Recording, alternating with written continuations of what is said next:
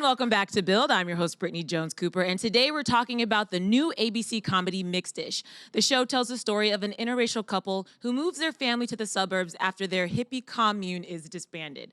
Now that they've left their peaceful bubble and entered the mainstream culture, each member of the family must deal with finding their identity when the rest of the world can't decide where they belong. Mark Paul Gosselaar and Tika Sumpter join me today to talk about the show, but first, here's a clip. Now, I know things might seem scary, but we're gonna be fine. And just because we're in a new home, we're not gonna let that change who we are. And we're definitely not gonna let this idiot box contaminate us with the worst of America, CBS. And we'll keep all the best parts of our old home. Love, sharing, pescatarianism. I do like shrimp. See, if we stay true to who we are, we'll never even notice we left. Love circle. Please help me welcome Mark Paul Gosselaar and Tika Sumpter. How you guys doing today? Good. Pretty good. We're back to these things again. I know. We like to kick it old school. Like, what? No, we I like like to it. have You an do? active interview where you have to just be engaged. to the whole work. time. Makes me During this feel like a interview. singer. I know. I actually like it because I'm always like, and I can like pull it down. Yeah. You can't hear that the whole time. So it's really just for me. I'm sorry, Mark. All right. Sorry. Okay. Okay. So I just actually finished the pilot episode right before our interview, and I've been excited for this show for months since I first heard it was announced, because I think like so many families, my family's very mixed-ish. I have biracial siblings, cousins, nieces and nephews, and we've been having these conversations in my family for a long time. And I realized that a lot of other families haven't really had to have that conversation. So I think it's such an important show for so many reasons. For each of you, why did you want to be a part of a show that is so sort of conscious at this time? You know, talking about race at this time is like a choice you have to make. I was unemployed at the time. Cool. So no, I mean, I was unemployed, but I had the opportunity to read a script, and it was amazing. And I'm not familiar with it. I wasn't familiar with the ish world, and I read this really intelligent, smart, meaningful script, and thought, this is going to be on network television. This is amazing. I want to be a part of this. And then knowing, you know, Kenya's history and what Blackish has done for television, and then knowing who the cast was, because I was the last to come on board. I fought to get this role, and we had a chemistry read, And you were amazing. Tika, what about this project really inspired you or made you want to be a part of it? Well, you know, I had a conversation with Kenya, and he was very intentional about who he wanted this character to be, what he wanted her to look like, because Anna Devere Smith originated this role. So my thought was, oh, I don't look like her. What he was like, yeah, but the essence of this Black woman, I think people need to see you and somebody who looks like you, so that they can tell, so it can serve the story to tell the full story for this family, the story that Peter Saji, who is the creator as well, wanted to tell. And I was like, okay. And he's like, would you come in and read? I'm like, of course I would. He sent me the script, and I'm like, yes, because I understood that they're gonna tackle issues that don't usually get much play on network TV. And so I'm really excited that ABC decided to move this forward, and we're doing some really great work, and it made me excited. You mentioned that ish world, there's the Blackish and Grownish, and neither show shies away from what's really going on in the conversations that people are having. But I did really first notice the casting of your role, and I did think it was extra important because the original woman is a lighter-skinned Black woman, and I do think it's important to show this interracial relationship with a darker-skinned Black woman, especially because we don't see interracial relationships reflected in like these loving, just normalized ways very often. So for you two playing these two characters, do you feel that extra importance of just like making sure this is like a loving, realistic relationship? it's in the writing. I mean, it was there from day one. I don't think it's forced. It's organic. I mean, reading the scripts, it never feels like we're pushing something to somewhere that we shouldn't. This is a normal family. This is just it's just a man and a woman that are in love and have children. They happen to be black and white, and they have mixed kids. But other than that, it's a normal, loving relationship, normal family. Yeah, but in the 80s, obviously, it wasn't very normalized. And that's why our characters did what they did. Like people ask, why do they come from the commune? Why are they dressed that way? What was the significance of that? Right. And that was because back in 1970, when we went to the commune, it wasn't accepted. The Loving Act hadn't been passed until 67, but it was still new for this to work. And the Loving Act, if anybody doesn't know, is when interracial couples or whoever could get married were allowed to get married. So it was against the law. And so even then, though, even after it passed, in the story, our family and friends were not accepting of it, and so we ran from that and went to a commune where it was kumbaya and it was free love and whatnot. And then in the story, 15 years later, the ATF raids the commune because that's what happens with communes. And there's a Netflix documentary. And there's a Netflix documentary about it. And that's where our story starts with Rainbow Johnson's character being 12 years old, having to have lived her whole life in a sort of bubble, now having to deal with a very materialistic world in 1985, which is awesome for anyone who grew up in the 80s because of the music and the style and stuff like that. But for our characters, it's a fish out of water story, which is going to make for fun television. And we'll definitely get into the kids, but I want to talk about your characters. Alicia, you guys mentioned that they went to the commune because of their marriage, but also, for a Black woman at that time, there was a lot of different obstacles. And so I think she definitely liked the idea of leaving all of that behind and going to this safe space. But now she's back. She's got a law degree and she's going into corporate America. So can you just kind of take us through who she is and kind of some of the obstacles she's facing in this new world? I mean, this is one of the reasons why I absolutely loved coming on board because, she's this woman who, he had the option of dropping out of Berkeley Law. And I was like, nope, that we need to have options because just in case this commune life doesn't work, what else am I going to do? And so she finished her law degree and now she's going into corporate America. And, it's crazy because, she's this very... In this world, in the bubble, there was no capitalism. There was none of this. And for my character, I feel like she enjoys work. She's gonna start. His father says something really. His father says, "You can be the son I never had." And for her, it's kind of like, ooh, I like this world. Like, I think she does like it. And so it's that identity thing as well. Like, and between her sister Dee Dee, which you'll meet, who's super amazing, Christina Anthony. We have two very different spectrums of Blackness going on and what we feel is Black. And I feel like in our community, we never get to talk about on the scale, like, what is that? Am I not Black enough because I speak a certain way or my hair is not this way?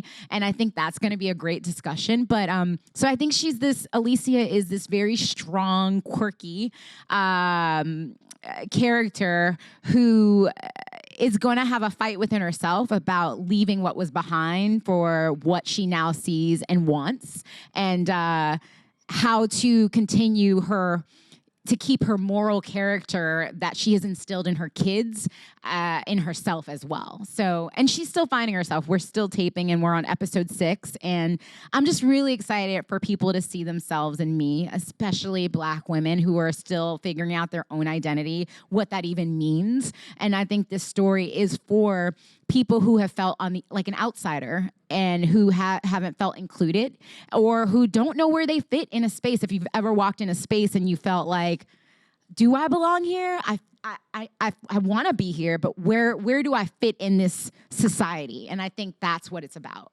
And again, who she is so much informs Rainbow, the Rainbow we know from Blackish, who is so career-driven and so smart and so communicative with her children and all these things. And I just love seeing kind of where Rainbow got that.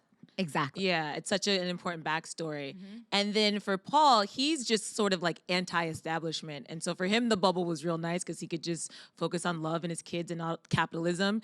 And I love that there's sort of this gender role switch for him and he's kind of at home. So what is he dealing with in this new world that is kind of difficult for him? Well, again, it's identity. It's like, where does he fit in? Because it wasn't accepted for like his father, who is a conservative capitalist, the exact opposite nice way to put it. of what Paul is. But he is always saying to Paul, like, aren't you going to go out and get a job? Like, what are you doing at home? He's like, this is my job. So there's been a sort of a switch inside the home, which in the 80s wasn't really, not that it wasn't accepted, but it wasn't common as it is now. As it is now.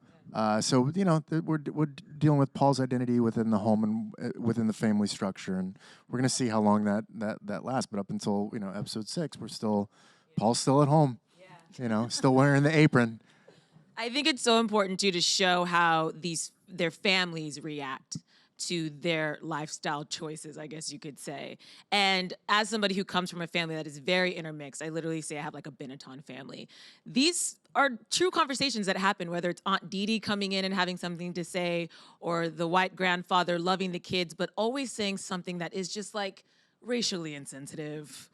So how interesting is it when you get these scripts to see all of these dynamics playing out?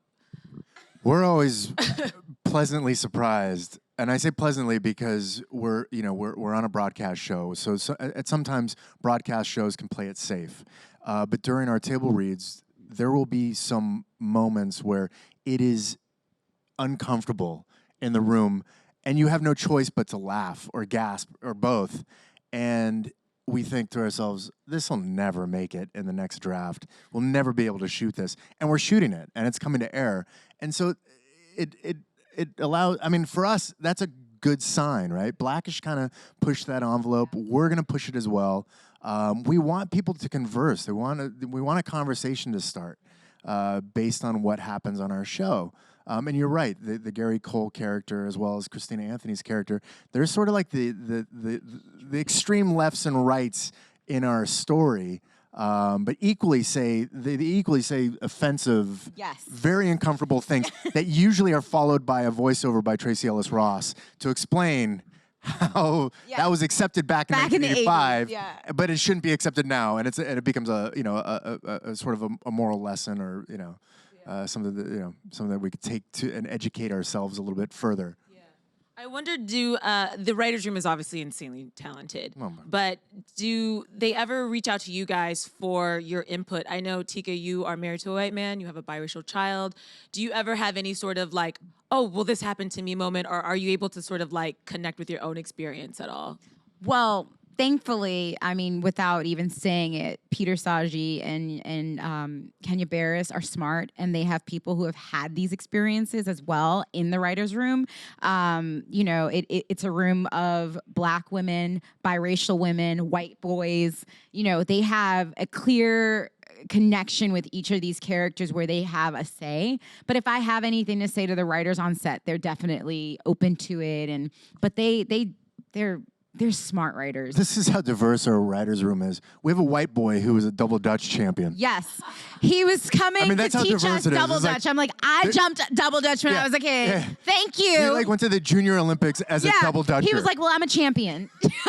Where did he grow up? Junior Olympics. I don't even know. They were just like, we're going to have somebody come in and teach you double Dutch. And I'm because my character does double Dutch in one of the episodes. Not to give it away, but my character. Don't give him too much away. I won't give it too much away, but it was like the reason they got that idea was because one of our writers is a double Dutch champion. Champion. And they're like, somebody's got to do that on the show. White boy. And I was there like, he's coming to teach. I was like, who's coming to teach? And he walks in. I'm like, oh, of course. I know. A white boy is coming to teach us.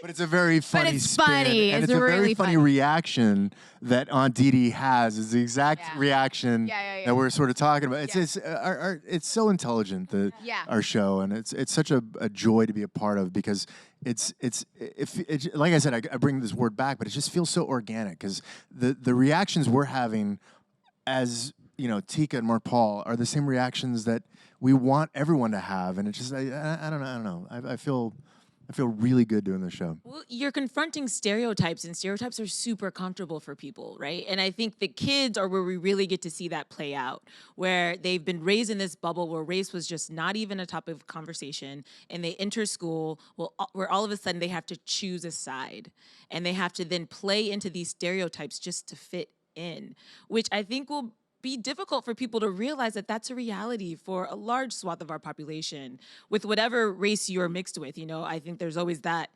pressure to choose. And choosing a side not only in society, but within your family. I mean, we have this conversation in the pilot where white father, black mother, and you have to choose, like, when am I? Why do if I choose one side, then I'm giving up on the other side? Yeah. And we have this conversation. I mean, that's a and also conversation that hasn't been questioning had. society, like, why do we even have to choose? Like, why is this construct even there? You know what I mean? And so I think that's also an interesting way that we're tackling these issues. I think it's so important for that to be playing out on network TV, just because it's something that people in my life struggle with through adulthood. I mean, it's still this pressure to choose a side in their 20s and 30s. I mean, I don't think that ever goes away really until you confront it and sort of decide that you're just going to be your own person. It's just really powerful TV. Or culturally, like, oh, culturally, I don't like this kind of music. And you're like, what? You know, or like, even like, it's funny. Every time I tell people I don't know how to play spades, you know, it's like, what? You don't know how to play spades? And then it's like, will you teach me? They're like, nah. You know, but like, it's like culturally, these are the things you should know how to do. And not everybody knows how to do it. And, you know, so I think those conversations are going to be very fun and interesting to have on this show. We've seen that a bit with Rainbow on Blackish when they're like calling her out. And in Blackish, sometimes it was like a punchline, her whiteness. And now I think it's just so important to like see that it's just her authenticity. It's like who she is. The children on the show are incredibly dynamic. I mean, some of the best child actors I think I've ever seen, honestly. Do they understand the importance of the show? Like, is there a conversation with them about like all these crazy themes, or are they just having fun? I think they're just having fun, which they should, you know, like, I don't. I think Arica. Arica, who plays Bodhi. Arica plays Bo. She, I think she understands like, you know, the importance and the relevance, and she's actually mixed. She has a black mom and a white dad, and so she understands it. I think the other kids are like just having a ball, and I think as they grow, they'll grow with the show. And I mean, I think they understand what's happening, but the importance of it and the weight, I think because they're so free, that's why they're able to do what they do, and that's what we want them to do, to capture that magic and be kids, you know. But they're brilliant and brilliantly cast, and I think you guys are going to really enjoy them. Yeah. It does look like you guys have a ton of fun on set. Is there a day that is the most memorable, maybe other than the Double Dutch day? Because even in the pilot, there's just like some really over-the-top scenes, whether it's at the commune or like a family, you know, picnic in the backyard. Like, Right. Do you have a day that's super memorable? As a TV family? I don't know. Kind of recently, we just we're part of the Mariah Carey music video, and so on that day, like, you know, we were kind of dancing, and that was fun, right? we're in her we're in a video. We're in a video. I was Mariah in a Carey. video. Y'all are We're dancing dancing. in the video. I saw it. You know. Everybody's got rhythm. It's good. Right. I wasn't doing the white boy bite my lip thing. But I saw wasn't by like my the. We had a little bit of this. I was like, he's got rhythm. I like this. That open mouth thing going on. Yeah, you were great. You were great. Yeah, I mean, that was fun. It was great that Mariah wanted to be a part of it. And listen, we're just happy to be on this journey, and we really hope that you guys come along. I think everybody's kind of represented in this show, and I think we're going to tackle a lot of things that you'll be interested in and having conversation, and I'm excited. And more importantly, I mean, we talk about this stuff, but it's funny, and you're gonna have a great time. And it's like Blackish, right? It's like you want to come back because you had a good time, and you enjoyed it, and you enjoy the characters. And I think that we thankfully have created a family already on set, and it shines through in the product. So yeah, I think people like genuinely enjoy it. I genuinely enjoyed it. Right? I genuinely, like, sometimes I get multiple episodes of stuff. I only got one for you guys. And you're like, And I next. wish And you would have really- seen. Yeah, right? and I wanted to really see wanted that. more. Like, Yeah.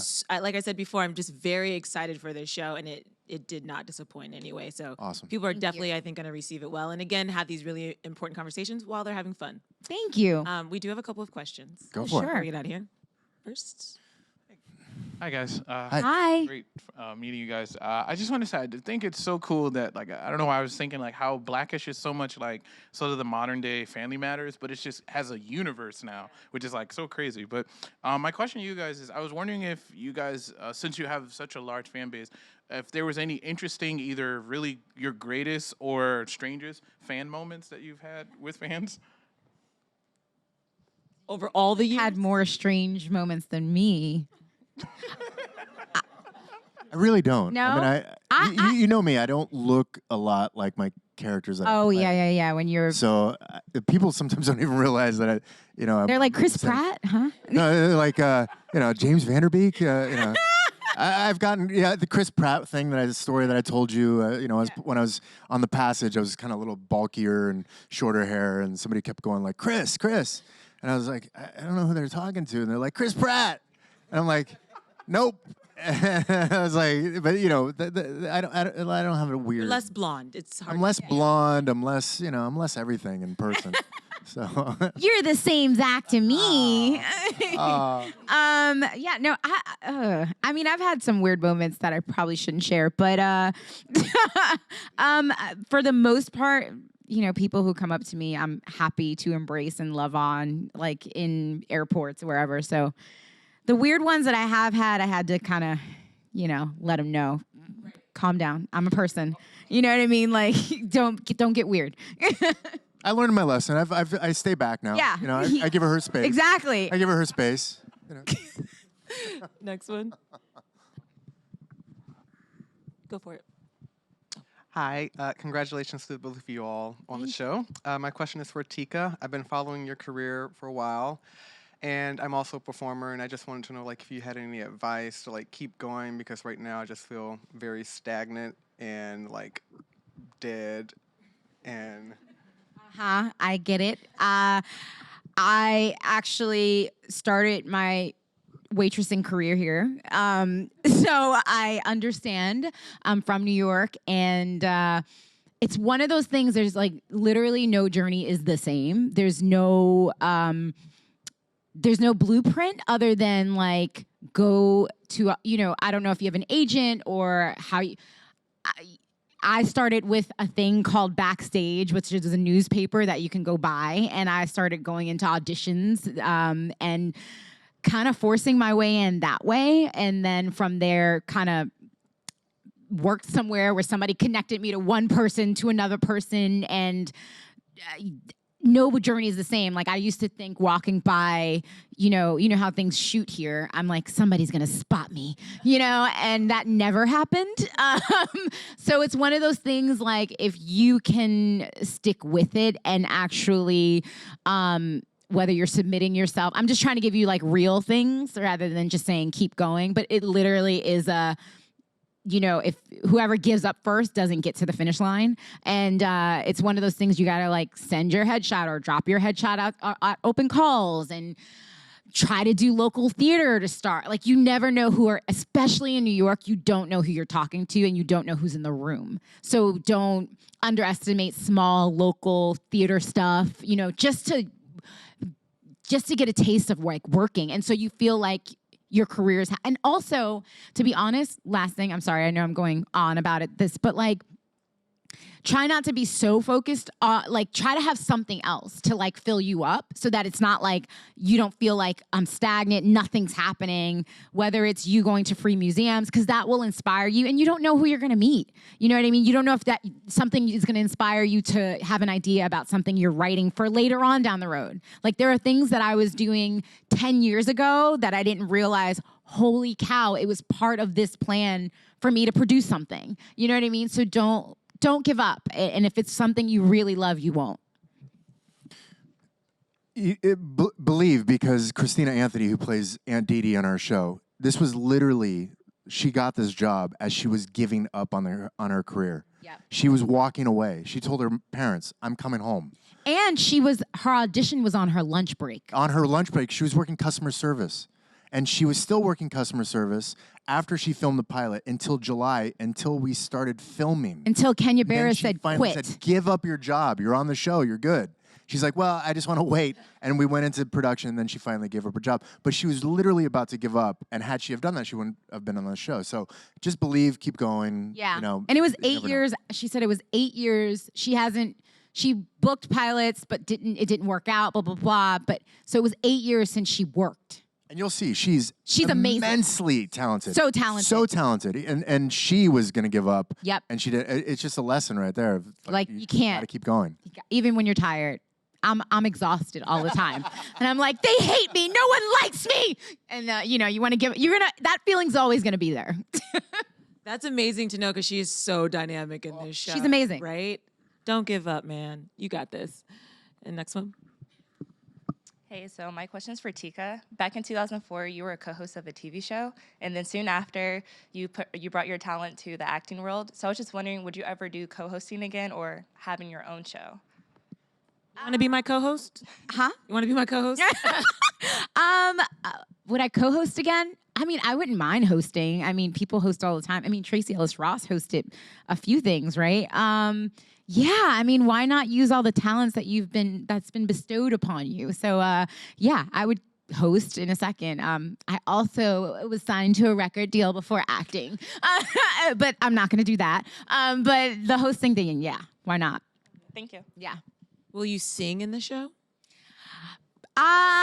Only if I'm asked. No. Did you know that in the Kenya Bears world, sometimes they do these special like musical episodes? Yeah, and I things would like totally. That, so Would you sing? Can you sing? I don't know. I don't know. I know. I think that means no. I'm like, you're I with don't me. know. Wherever I go, you go. I don't know. I don't know. Yeah, I would totally do I it. think if she wants to sing, you're gonna have to sing. So you might have to start working on that. Love it. Okay.